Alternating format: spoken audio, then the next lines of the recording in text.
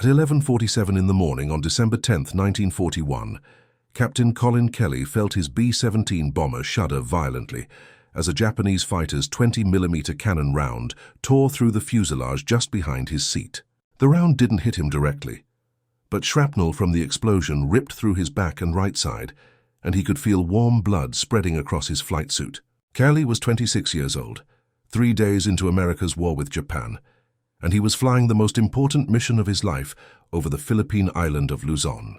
His B-17C, tail number 40-2045, had just completed a bombing run against Japanese invasion forces at Apari, and now 6 Mitsubishi A6M0 fighters were trying to shoot him down. The instrument panel in front of Kelly was shattered. Fuel pressure was dropping on the number 3 engine, and the control yoke felt sluggish in his hands. His co-pilot, Second Lieutenant Donald Robbins, grabbed the controls and started calling out altitude and airspeed because half of Kelly's instruments were destroyed. Behind them in the radio compartment, Staff Sergeant William Delahanty was screaming into the radio that they were under attack and hit badly. The 6 Zeros circled for another attack run, and Kelly knew what was coming. They would make coordinated passes from different angles, concentrating their fire until the B-17 went down. The nearest American airfield was Clark Field, 200 miles south, and between Kelly's damaged bomber and that runway were 200 miles of enemy-occupied territory. Every tactical manual, every training scenario, every lesson from months of preparation said the same thing. A heavily damaged bomber under fighter attack over enemy territory should attempt to ditch in the water or make an emergency landing. Trying to fly 200 miles with failing engines and enemy fighters attacking was suicide, and the correct decision was to put the aircraft down immediately and hope the crew survived.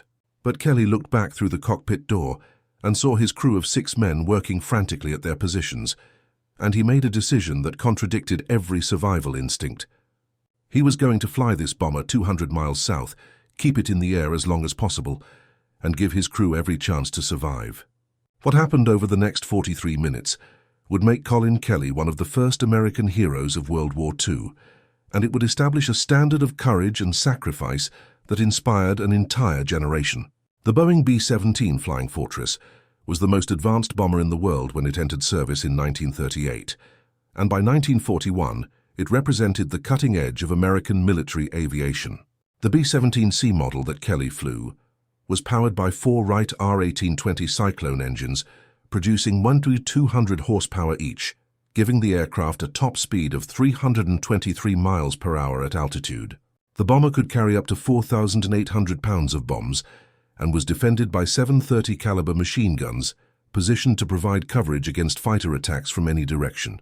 The aircraft's nickname, Flying Fortress, came from its heavy defensive armament and the perception that it could defend itself against enemy fighters without escort. This perception would prove tragically optimistic in combat, as the B-17's defensive guns weren't sufficient to prevent determined fighter attacks. But the B-17 did have one crucial advantage. It was incredibly tough and could absorb tremendous damage while remaining flyable. The aircraft's structure featured redundant systems, self-sealing fuel tanks, and a robust airframe that could sustain battle damage that would destroy lighter aircraft. Colin Kelly had flown B-17s for 18 months by December 1941, and he understood his aircraft's capabilities and limitations better than most pilots. He was born in Madison, Florida, on July 11, 1915, the son of a railroad worker who had served in World War I. Kelly grew up during the Depression, watching his father struggle to support the family on a railroad worker's salary, and he decided early that military service offered a better path. He attended West Point, graduating in 1937 near the middle of his class, and he immediately applied for flight training. Kelly earned his pilot wings in 1938 and was assigned to bomber squadrons, first flying older aircraft like the B-18 Bolo before transitioning to the new B-17. His instructors noted that he was a competent but not exceptional pilot, careful and methodical rather than naturally gifted with aircraft control. What distinguished Kelly was his judgment under pressure and his ability to remain calm when situations deteriorated. In September 1941, Kelly was assigned to the 14th Bombardment Squadron, 19th Bombardment Group, stationed at Clark Field in the Philippines. The Philippines were considered America's defensive outpost in the Pacific, and the bomber force stationed there was intended to deter Japanese aggression through the threat of retaliation. Kelly arrived in the Philippines in November 1941 with his crew, flying one of the precious few B-17s available in the Pacific. The aircraft he was assigned, tail number 40-2045, was relatively new, having been delivered earlier that year, and it had accumulated less than 200 flight hours. Kelly and his crew spent 3 weeks training in the Philippine environment, learning to navigate the islands and practicing bombing runs against simulated targets. The crew consisted of 7 men, including Kelly, Second Lieutenant Donald Robbins as co-pilot, Second Lieutenant Joseph Bean as bombardier, and Second Lieutenant Meyer Levin as navigator. The enlisted crew included Staff Sergeant William Delahanty as radio operator, Sergeant James Hulkyard as flight engineer, and Corporal Robert Altman and Private John Willibald as gunners. They were a typical Army Air Corps crew, young men in their early 20s except for Kelly, and they had trained together for 6 months. The crew's cohesion was good but not exceptional, as they hadn't faced combat, and their relationships were still developing. On December 8, 1941, Philippine time, the crew was sleeping in their barracks at Clark Field when news arrived that Japan had attacked Pearl Harbor. The attack had occurred on December 7th, Hawaiian time, but due to the international dateline, it was already December 8th in the Philippines. American commanders in the Philippines had several hours of warning that war had begun, but confusion about orders and communications delays prevented effective preparation. At approximately 12:30 p.m. on December 8th, Japanese bombers struck Clark Field in a devastating attack that destroyed most American air power in the Philippines. Kelly's B-17 survived because it was in a revetment undergoing maintenance when the attack came, but most of the squadron's aircraft were destroyed on the ground. The attack killed dozens of American personnel and left the surviving bomber crew stunned by the sudden transition from peace to war. Kelly and his crew spent December 8th and 9th helping with rescue operations and attempting to restore some semblance of organization to the shattered base. Their B-17 was one of only a handful that remained operational, and commanders were desperate to strike back at the Japanese invasion forces. Intelligence reports indicated that Japanese transports were landing troops at Apari on the northern coast of Luzon, and bombing these transports became the top priority. On the morning of December 10th, Kelly was briefed for a mission to attack Japanese shipping at Apari, and his bomber would fly alone without fighter escort or support. American fighter forces in the Philippines had been decimated in the opening attacks, and there were no available P-40s to provide escort for bomber missions. Kelly would have to fly north alone, find the Japanese ships, bomb them, and return, hoping to avoid Japanese fighters that now dominated Philippine airspace. The mission plan was straightforward but dangerous. Take off from Clark Field, fly north along the coast to Apari, bomb Japanese transports in the harbor, and return immediately. Total flight time would be approximately 4 hours, and most of that would be over territory that Japanese forces either controlled or were advancing through. Kelly understood the risks, but like every pilot who flew missions in those first desperate days, he knew someone had to strike back at the invasion. At 9:15 a.m. on December 10th, Kelly's B-17 took off from Clark Field with a bomb load of 3 600-pound bombs and full fuel tanks. The weather was clear with scattered clouds at 8,000 feet. Visibility was good, and the 4 Wright Cyclone engines ran smoothly.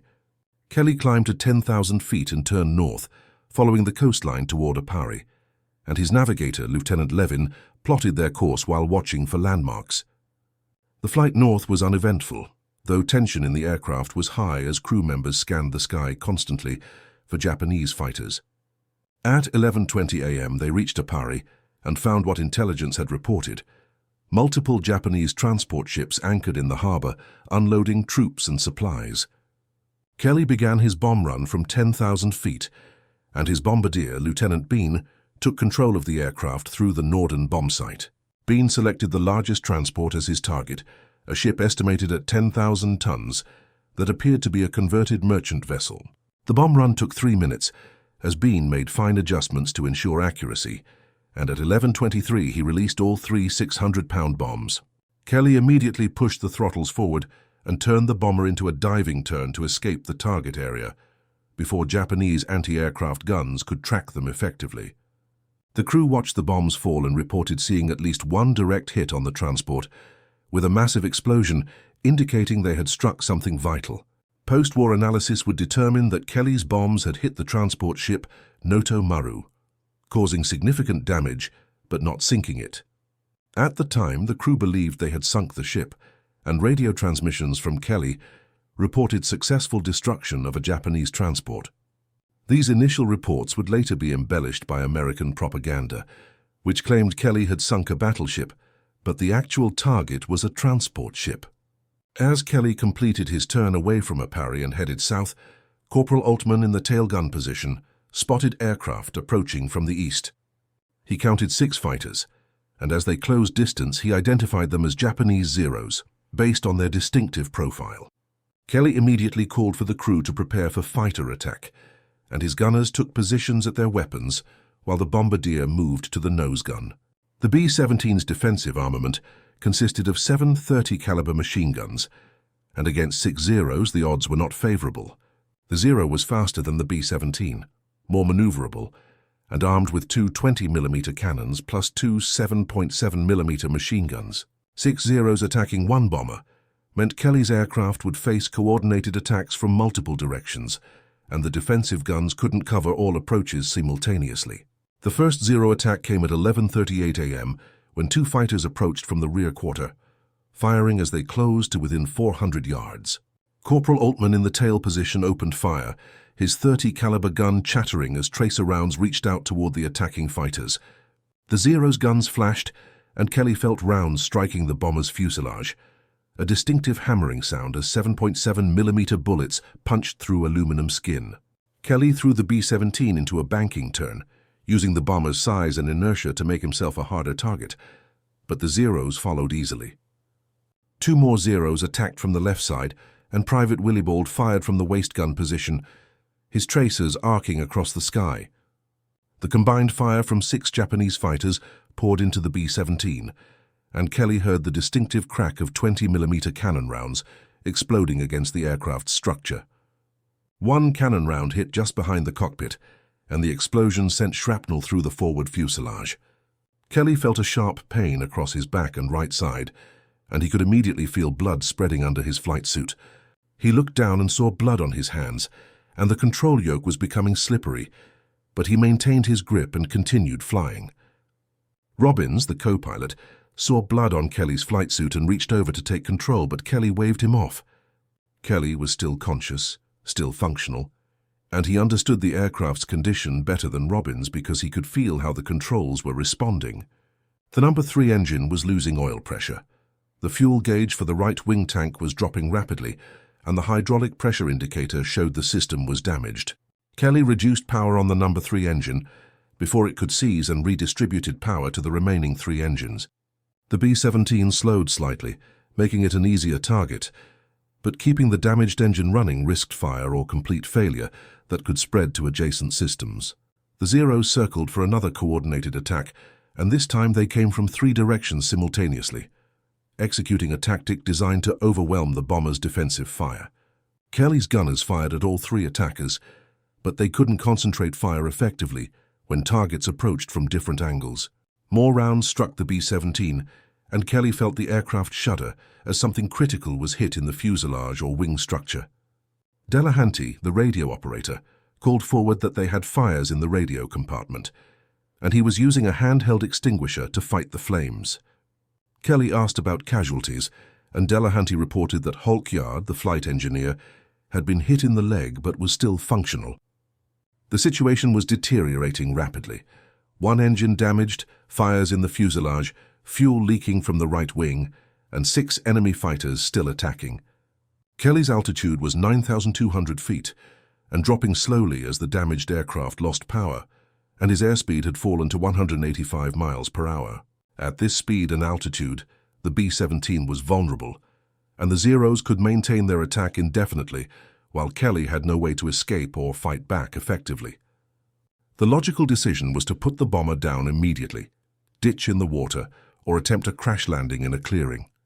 Either option would end the fighter attacks, because the Zeros wouldn't waste ammunition on a downed aircraft, and the crew would have a chance to survive and evade capture. But Kelly looked at his instruments and calculated distances. They were approximately 190 miles north of Clark Field. At 185 miles per hour, that was about 60 minutes of flight time if the aircraft held together, and the fuel remaining was sufficient if the leak in the right tank could be managed. Kelly made his decision. He would fly south toward Clark Field, and he would stay with the aircraft as long as it remained controllable. He told Robbins to take over monitoring the instruments because his vision was starting to blur from blood loss, and he needed Robbins to call out critical information. He instructed Delahanty to continue fighting fires and to prepare the crew for possible bailout if the situation became untenable. Most importantly, Kelly changed his flight profile. Instead of maintaining altitude, he began a gradual descent toward lower altitude where the air was denser and the engines would perform better. This decision was counterintuitive because lower altitude meant less time to react if another engine failed, but it also meant the 3 remaining engines could produce more power. The Zeros followed the descending bomber, and over the next 15 minutes they made 4 more attack runs. Each attack added more damage, more holes in the fuselage, more system failures, more fires for the crew to fight. But Kelly kept the bomber flying south, and gradually the distance to Clark Field decreased. At 11:55 a.m., approximately 13 minutes after the first fighter attack, one of the Zeros broke off and turned back north. Kelly's crew watched it go, hoping the others would follow, and over the next few minutes 2 more Zeros departed. Apparently running low on fuel or ammunition and unwilling to pursue the crippled bomber further south. By 12 noon, only 3 Zeros remained, and their attacks became less aggressive as they conserved ammunition. Kelly continued flying south, gradually descending through 7,000 feet, while his co-pilot monitored the deteriorating engine and fuel situation. The number 3 engine was completely shut down, windmilling in the slipstream, and the number 4 engine was showing elevated temperatures. Fuel from the right wing tank was nearly exhausted due to leaks, and Kelly had switched to the left wing tanks to keep the remaining 3 engines running. The hydraulic system had failed completely, which meant the landing gear and flaps would have to be lowered manually if they reached Clark Field. More concerning was the fire situation. Delahanty and Hawkyard had extinguished 2 small fires in the radio compartment, but smoke continued to seep from behind panels in the fuselage. There was a fire somewhere in the aircraft's structure that they couldn't reach, and it was slowly spreading through the internal spaces. Kelly's physical condition was also deteriorating, as blood loss from his wounds was affecting his strength and concentration. Robbins asked repeatedly if Kelly wanted him to take control, but Kelly insisted he could continue because he understood how the damaged aircraft was handling. The control yoke required constant pressure to maintain level flight because damage to the tail section had altered the aircraft's trim. Kelly had developed a feel for exactly how much pressure to apply, and transferring control to Robbins would require time to communicate that understanding. At 12:08 p.m., the 3 remaining Zeros made their final attack run, expending their remaining ammunition in a concentrated burst. Rounds struck the B-17's left wing, puncturing fuel tanks and damaging the number 1 engine's cowling. Kelly felt the aircraft lurch as the number 1 engine lost power momentarily, but it recovered and continued running roughly. The Zeros pulled up and circled once, apparently out of ammunition, and then turned north and departed. For the first time in 30 minutes, Kelly's bomber was alone in the sky. But the relief was temporary because the aircraft's condition continued to worsen. Altitude had dropped to 5,800 feet. Airspeed was 175 miles per hour, and fuel quantity was decreasing faster than normal due to multiple leaks. Robbins calculated that they had perhaps 90 minutes of fuel remaining, which should be sufficient to reach Clark Field if nothing else failed. But the smoke in the fuselage was getting thicker, and Delahanty reported that he could see flames behind panels in the radio compartment. The fire was in the aircraft's structure, burning through insulation and wiring, and there was no way to extinguish it without landing and accessing the affected areas. Kelly faced a critical decision. Should he continue toward Clark Field, hoping to reach the airfield before the fire became catastrophic? Or should he order his crew to bail out now, while the aircraft was still controllable, and they had sufficient altitude? Bailing out meant abandoning the aircraft to crash wherever it fell, and it meant the crew would be scattered across enemy-occupied territory. But continuing meant risking that the fire would cause structural failure or engine explosions before they reached friendly territory. Kelly asked Levin, his navigator, for their position, and Levin calculated they were approximately 140 miles north of Clark Field. At current speed, that was about 48 minutes of flight time, and Kelly decided they would continue for at least another 20 minutes. If they could get within 50 miles of Clark Field before conditions became critical, his crew would be bailing out over friendlier territory. Kelly instructed his crew to prepare for possible bailout, which meant securing loose equipment, checking parachutes, and identifying the bailout sequence. In a B-17, the standard bailout procedure called for the bombardier to exit through the nose hatch, followed by the navigator. The radio operator and gunners would exit through the rear door, and the pilots would be the last to leave, after ensuring everyone else was clear. Kelly told his crew that if he gave the bailout order, they should exit immediately without waiting, and he emphasized that he would follow after everyone else was clear. The next 20 minutes were tense, as the crew watched smoke increase in the fuselage while Kelly maintained course southward. At 12:22 p.m., the No. 4 engine began to fail as heat from the uncontrolled fire damaged its fuel lines. Kelly shut it down before it could catch fire, and now the B-17 was flying on only 2 engines, numbers 1 and 2 on the left wing. With 2 engines shut down on the right side, the bomber wanted to roll right constantly, and Kelly had to maintain steady left pressure on the control yoke to keep wings level. The physical strain of holding this pressure was enormous, especially for a wounded pilot who had already been flying for 3 hours. Robbins tried to help by adjusting trim tabs, but the trim system wasn't responding properly due to damage in the tail section. Altitude had dropped to 4,200 feet, and Kelly knew he couldn't maintain level flight much longer on 2 engines with the drag from the damaged airframe. At 12:28 p.m., Levin reported their position as approximately 60 miles north of Clark Field, and they were crossing into American-held territory. This was crucial because it meant his crew would be bailing out over areas where friendly forces might recover them. Kelly made his decision. He would continue flying until the aircraft became uncontrollable or until the fire threatened immediate catastrophic failure. He would try to get as close to Clark Field as possible to minimize the distance his crew would have to travel after landing. At 12:31 p.m., flames became visible in the radio compartment, bursting through the deck plating where they could no longer be contained. Delahanty called forward that the fire was spreading rapidly and that the heat was becoming unbearable in the rear fuselage. Kelly could see smoke pouring into the cockpit, and the smell of burning insulation and hydraulic fluid was overwhelming. He knew the moment had come. Continuing further would only ensure that no one survived, including himself. At 12:32 p.m., Captain Colin Kelly gave the order that would define his legacy. "Crew, prepare to bail out." His voice over the intercom was calm and steady, despite the pain from his wounds and the desperate situation. He instructed Bean, the bombardier, to open the nose hatch and exit first, followed immediately by Levine, the navigator. Delahanty was ordered to ensure the gunners exited through the rear door, and everyone was to jump immediately without hesitation.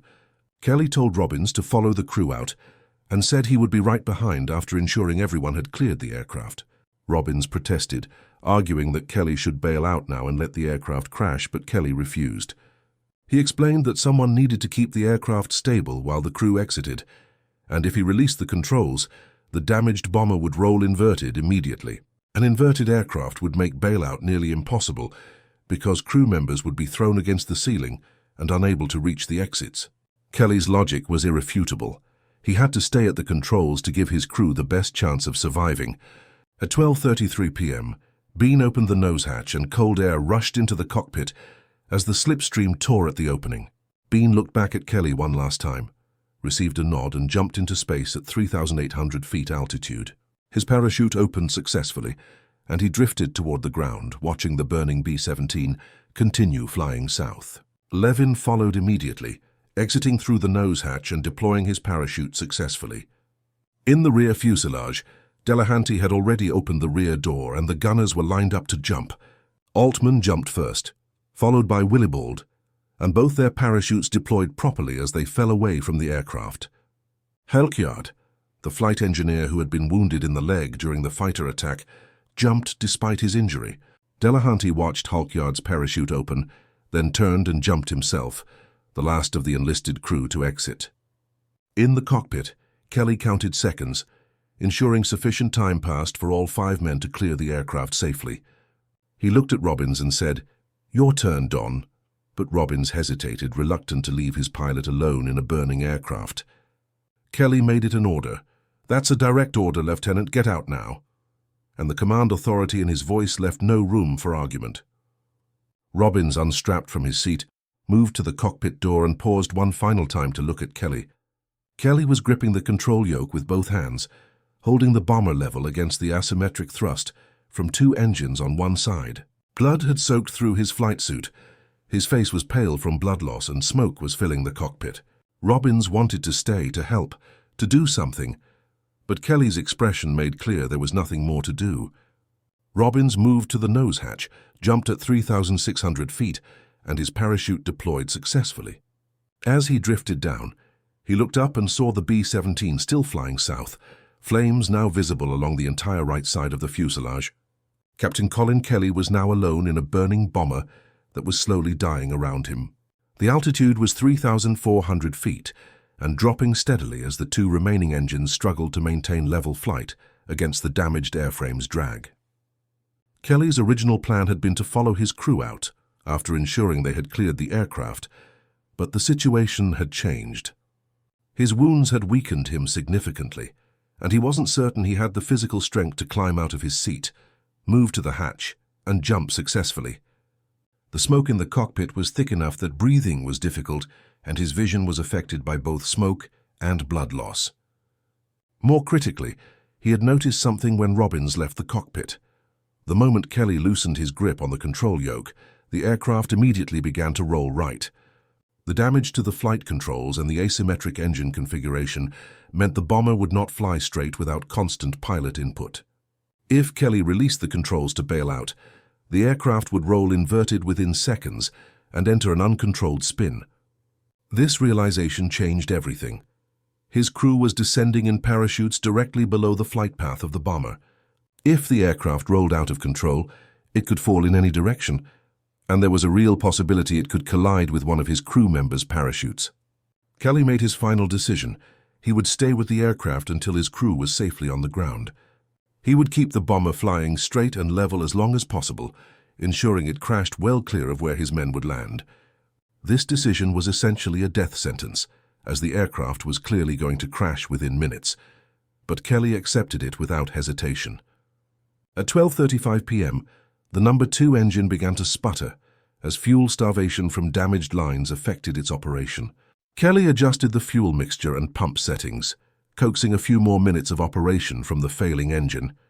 The number 1 engine, the only remaining healthy power plant, was running at maximum continuous power and showing elevated temperatures.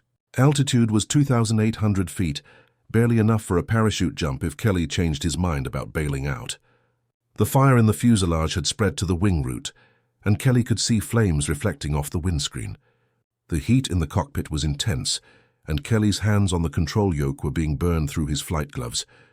He knew he had perhaps 2 minutes before the fire reached critical systems, or the remaining engines failed completely. Kelly looked down through the cockpit windows and saw his crew's parachutes drifting toward the ground below. He counted them. 1, 2, 3, 4, 5, 6, all 6 of his crew members were safely descending. They would land in a few moments, and once they were on the ground, Kelly could release the controls without risk to them. At 12:37 p.m., he watched the first parachute touch down in a field approximately 2 miles ahead of the bomber's flight path. The other 5 parachutes landed over the next 30 seconds, scattered across roughly half a mile of terrain. Kelly's crew was on the ground, safe from the falling bomber, and his mission was complete. Now he could bail out, but as he prepared to release the controls, the number 2 engine failed completely. The B-17 was flying on one engine, and the asymmetric thrust immediately pushed the bomber into a turning descent that Kelly could barely control. He fought the controls, trying to keep the nose up and maintain some semblance of controlled flight, but the aircraft was dying. Altitude dropped through 2,000 feet, then 500 feet, and Kelly realized he had waited too long. He no longer had sufficient altitude to bail out safely, and even if he jumped, his weakened condition meant he might not survive the parachute landing. Kelly looked ahead and saw a relatively clear area, a field without obvious obstacles, and he made one final decision. He would attempt to crash land the bomber, using the last of his strength and the last seconds of controlled flight to put the aircraft down in a way that might give him a chance to survive. At 12:38 p.m., at approximately 800 feet altitude, the number 1 engine seized from overheating. The propeller stopped rotating, and the B-17 became a glider, a 30-ton aircraft descending without power.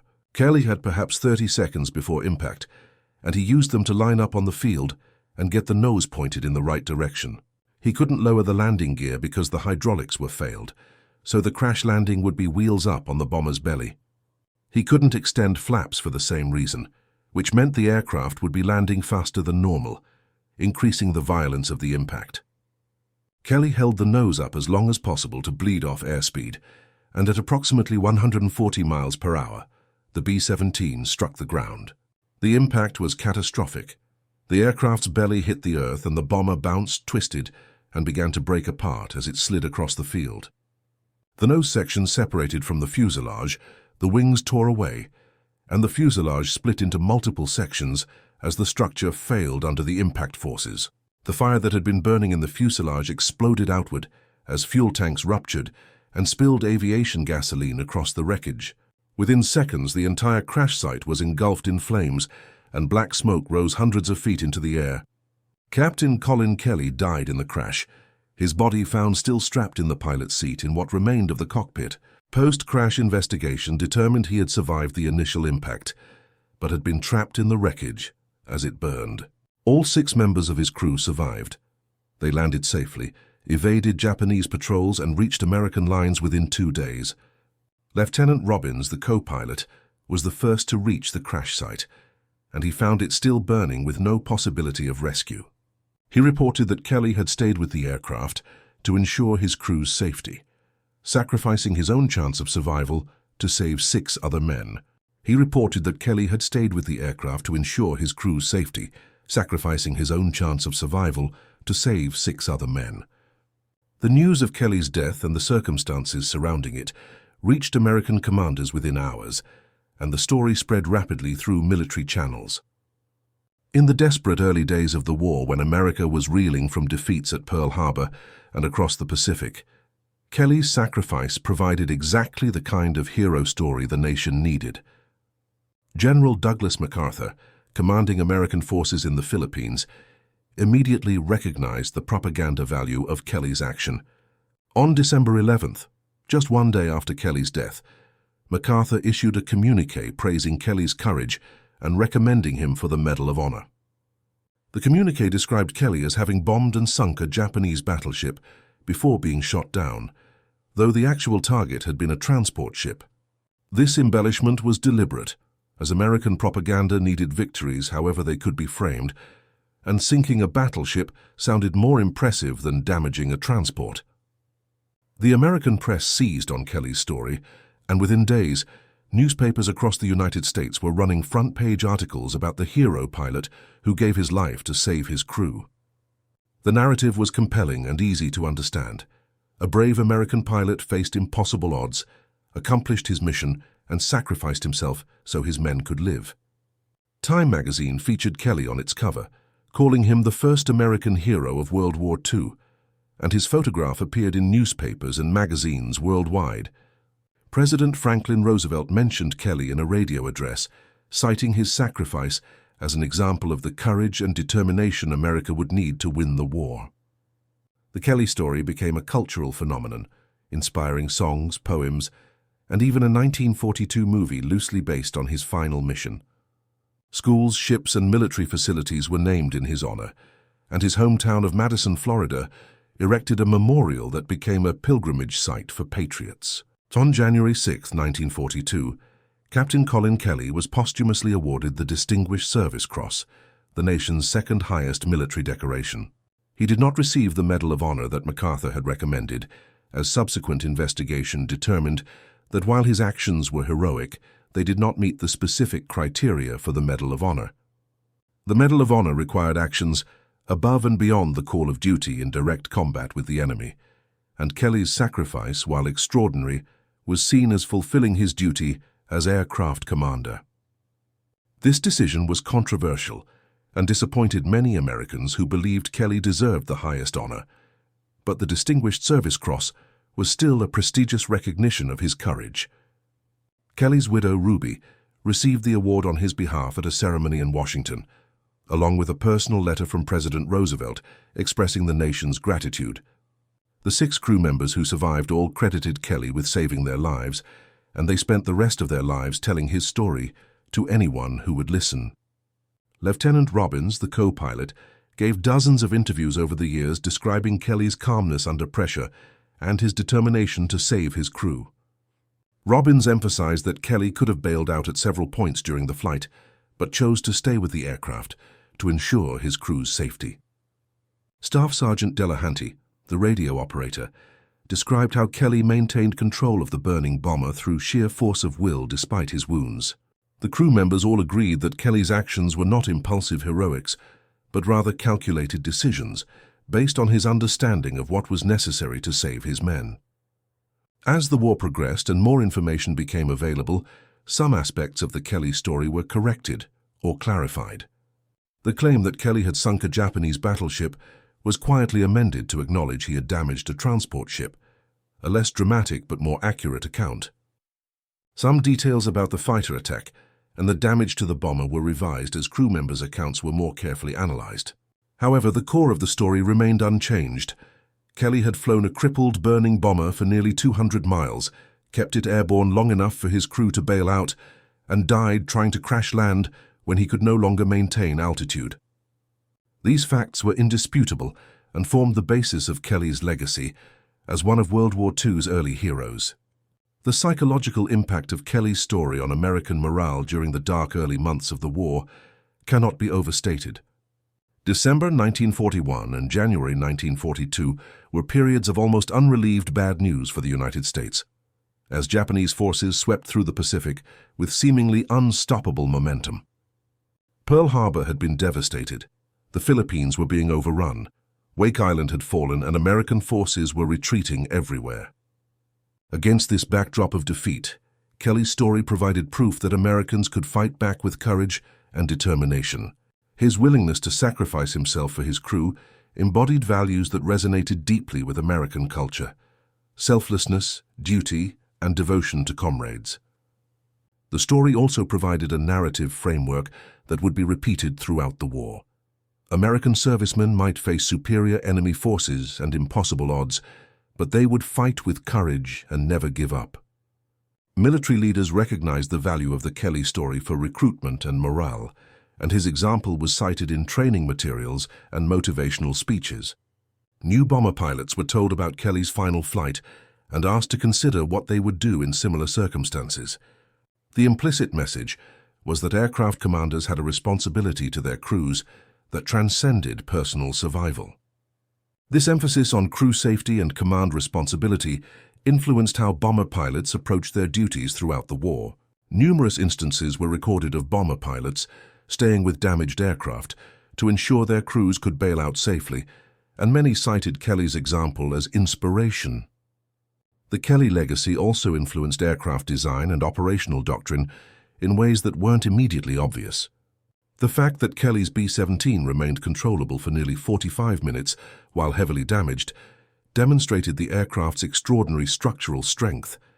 Boeing engineers studied the damage reports from Kelly's aircraft and used that information to strengthen vulnerable areas in subsequent B-17 models. The B-17E, which entered service in 1942, incorporated lessons learned from early combat, including Kelly's final mission. Improved fire suppression systems, better armor protection for the crew, and redundant control systems all reflected experiences from the war's first months. Operational doctrine also evolved to address the vulnerabilities that Kelly's mission had exposed. The early practice of sending bombers on missions without fighter escort was recognized as suicidal, and enormous effort went into developing long-range escort fighters. The P-51 Mustang, which eventually provided escort for bombers all the way to targets in Germany and back, was developed partly in response to the losses suffered by unescorted bombers in 1941 and 1942. The emphasis on crew training also increased, with more time spent on emergency procedures, bailout drills and damage control. Kelly's crew had survived because they knew their bailout procedures and executed them quickly when ordered, and this became a standard emphasis in training. After the war, military historians analyzed Kelly's final flight in detail, trying to understand the decisions he made and whether alternative actions might have produced different outcomes. Some analysts argued that Kelly should have ordered his crew to bail out earlier, when the aircraft was at higher altitude and before the damage became critical. Earlier bailout would have ensured all crew members, including Kelly himself, had better chances of survival. However, earlier bailout would have meant the crew landing deeper in enemy territory, farther from American lines, and with reduced chances of evading capture. Kelly's decision to continue flying south, even as his aircraft deteriorated, gave his crew the best chance of reaching friendly territory after landing. Other analysts questioned whether Kelly could have successfully crash-landed earlier, before his altitude became too low for safe bailout. The evidence suggests Kelly considered this option, but rejected it, because crash-landing a burning aircraft while the crew was still aboard risked everyone's life. His decision to have the crew bail out while maintaining altitude and control was the safer option for them, even though it reduced his own chances of survival. The consensus among military analysts was that Kelly made the best decisions possible, given the information he had and the rapidly changing circumstances. His choices consistently prioritized his crew's survival over his own, which was exactly what command responsibility required. The fact that all 6 crew members survived while Kelly died was not a failure of judgment, but rather the inevitable result of a commander fulfilling his duty. In the decades following World War II, Kelly's story remained part of American military culture and was taught in service academies and training programs. The Air Force Academy at Colorado Springs includes Kelly's story in its curriculum on leadership and the responsibilities of command. Cadets study the decisions Kelly made during his final flight and discuss the ethical dimensions of command responsibility. The question posed to cadets is direct. Would you make the same choices Kelly made, knowing they would likely result in your death? The exercise forces young officers to confront the reality that command sometimes requires personal sacrifice for the welfare of subordinates. Kelly's son, Colin Kelly III, followed his father into military service, graduating from West Point in 1963 and serving as an Army officer. He spent his career conscious of his father's legacy, but also determined to establish his own identity, rather than simply being remembered as Colin Kelly's son. In interviews, Kelly III described the burden of carrying his father's name and the expectations that came with being the son of a war hero. He noted that his father had been an ordinary man who found himself in extraordinary circumstances and rose to meet them. Kelly III emphasized that his father wasn't superhuman or uniquely gifted, but rather someone who understood duty and was willing to fulfill it regardless of cost. This perspective humanized the Kelly story and made it more relevant to subsequent generations who might see Kelly as an unreachable ideal rather than an achievable example. The 6 crew members who survived Kelly's final mission maintained contact throughout their lives, forming a bond strengthened by their shared experience. They held annual reunions where they remembered Kelly and discussed how his sacrifice had affected their lives. All 6 men went on to complete their military service, and several remained in the Air Force for full careers. Lieutenant Robbins, the co-pilot, eventually became a colonel and commanded bomber squadrons in the Korean War. He credited Kelly with teaching him what command responsibility meant and said that lesson influenced how he led his own crews. Sergeant Delahanty, the radio operator, became a master sergeant and served as a radio instructor, training thousands of Air Force radio operators over a 20-year career. He told his students about Kelly's final flight and emphasized that crew coordination and clear communication could mean the difference between survival and death. The other crew members similarly used their experience to influence how they served and how they taught others to serve. In 1991, on the 50th anniversary of Kelly's death, The surviving crew members held a special memorial ceremony at Madison, Florida, where Kelly was born. Only 3 of the original 6 were still alive by then, but they were joined by Kelly's son and dozens of Air Force personnel. The ceremony included a flyover by B-17 bombers from the Confederate Air Force, aircraft maintained by enthusiasts to preserve World War II aviation history. Watching the B-17s fly overhead, the elderly veterans were transported back 50 years to December 1941 and the mission that defined their lives. Robbins, who was 71 years old by then, gave a speech describing Kelly's final moments and the debt he and his fellow crew members owed their commander. He emphasized that Kelly's sacrifice wasn't abstract or symbolic, but rather a concrete decision that directly saved 6 lives. Without Kelly's determination to keep the aircraft flying and under control while they bailed out, some or all of them would likely have died. The ceremony concluded with a moment of silence and the playing of taps, the traditional military funeral music that honors fallen service members. As the last note faded, the B-17 circled overhead one final time in the missing man formation, with one aircraft pulling up and away to symbolize the fallen comrade. The symbolism was powerful and emotional, connecting present and past in a way that made Kelly's sacrifice feel immediate and real. In the years since, Kelly's story has been reassessed by historians who have access to more complete records and a better understanding of the war's early months. Some of the initial propaganda claims about Kelly's mission have been debunked or corrected, but the core truth of his sacrifice remains unchanged. He flew a damaged bomber for nearly 200 miles, kept it airborne through skill and determination, ensured his crew could bail out safely, and died in the subsequent crash. Modern military analysts studying Kelly's final flight have used computer simulations to model the aircraft's performance and damage progression. These simulations confirm that the B-17, with the damage described by survivors, should not have remained flyable for as long as it did. The fact that Kelly maintained control for 43 minutes after the initial attack demonstrates extraordinary piloting skill, combined with detailed knowledge of the aircraft's systems. Kelly was constantly adjusting power settings, trim and control inputs to compensate for failing systems and asymmetric damage. The mental workload required to keep the aircraft flying while wounded, in smoke and under combat stress, would have overwhelmed most pilots. The comparison to modern aviation incidents provides additional perspective on Kelly's achievement. In several famous cases, airline pilots have successfully landed heavily damaged aircraft through skilled flying and system knowledge. United Airlines Flight 232 in 1989, which lost all hydraulic systems, was landed by pilots who used differential engine thrust to maintain some control. The crew's actions saved 185 of 296 people aboard, and the captain was hailed as a hero for his skill under impossible conditions. Kelly's situation was similar but more severe.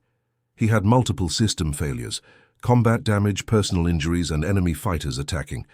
Yet he maintained control long enough to save all 6 of his crew members, an achievement that modern pilots recognize as extraordinary.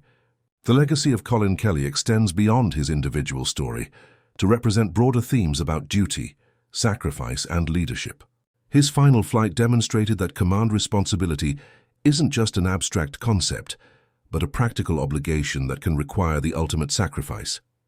Kelly understood that as aircraft commander, his crew's survival was his responsibility, and he fulfilled that responsibility even when it meant his own death. This understanding of command has influenced military leadership philosophy throughout the post-war era. The principle that leaders are responsible for their subordinates' welfare, even at cost to themselves, is fundamental to military ethics. Kelly's story provides a concrete example of this principle in action, making it more than theoretical discussion. Young officers studying military history can read about Kelly's decisions and understand exactly what command responsibility might require of them. The question every military leader must eventually confront is whether they would make the same choices Kelly made. Would you stay with a dying aircraft to ensure your crew could escape, knowing you probably wouldn't survive? Would you accept your own death as the price of your subordinate's survival? These aren't comfortable questions, and there's no correct answer that applies in all circumstances. But Kelly's example demonstrates that some leaders, when faced with these impossible choices, make decisions that prioritize others over themselves. In the final analysis, Colin Kelly's story matters not because of embellished propaganda claims about sinking battleships. It matters because a 26-year-old bomber pilot, wounded and facing certain death, chose to save his crew at the cost of his own life. That choice, made in the smoke and chaos of a burning bomber over enemy territory, represents the best of what military service can be. Captain Colin Kelly died on December 10, 1941, but his sacrifice inspired millions of Americans during the war's darkest days. His crew lived to tell his story, and through their testimony, Kelly's final flight became part of American military legend. The burning B-17 that Kelly guided across 200 miles of enemy sky was more than just a damaged aircraft limping home. It was a demonstration of courage, duty, and sacrifice that established a standard for all who would follow. If you found this story as compelling as we did, please take a moment to like this video, as it helps us share more forgotten stories from the Second World War. Subscribe to stay connected with these untold histories, because each one matters, and each one deserves to be remembered. And we'd love to hear from you, so leave a comment below telling us where you're watching from.